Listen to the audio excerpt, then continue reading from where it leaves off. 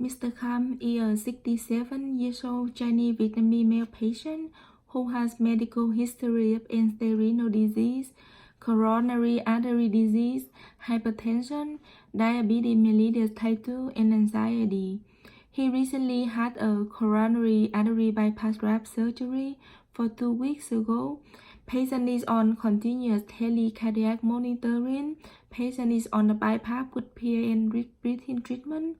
He has history of smoking a pack of cigarettes per day for more than 20 years. The last time he smoked was 3 years ago. He is scheduled for hemodialysis 3 times a week on Monday, Wednesday, and Friday. His medication regimens are lorazepam, PO, PAN anxiety, 0.5 mg IV push every 6 hours, morphine 2.5 mg PAN every 4 hours for severe pain related to the CABG surgery, metoprolol for hypertension, sevelamer 800 mg 3 times a day for end-stage renal disease, and also amiodarone 200 mg PO BID. Patient is on renal cardiac diet. Activity level is complete bed rest. Patient is thought to use a male portable urinal bottle at the bedside. Patient is known for non-compliance with utilizing the call line to ask for assistance. When the nurse was making her round, she did not see the patient in his bed. The nurse immediately looked around the room. She went to the patient's bedroom and she see the patient using the toilet. The nurse then assisted the patient back to his bed. Sitting at the bedside, he complained of feeling dizzy and difficulty breathing.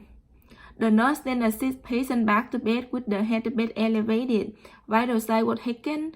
Blood pressure 127/78, heart rate 118, respiratory rate 22, oxygen sat 90%, pain 0.0 out of 10.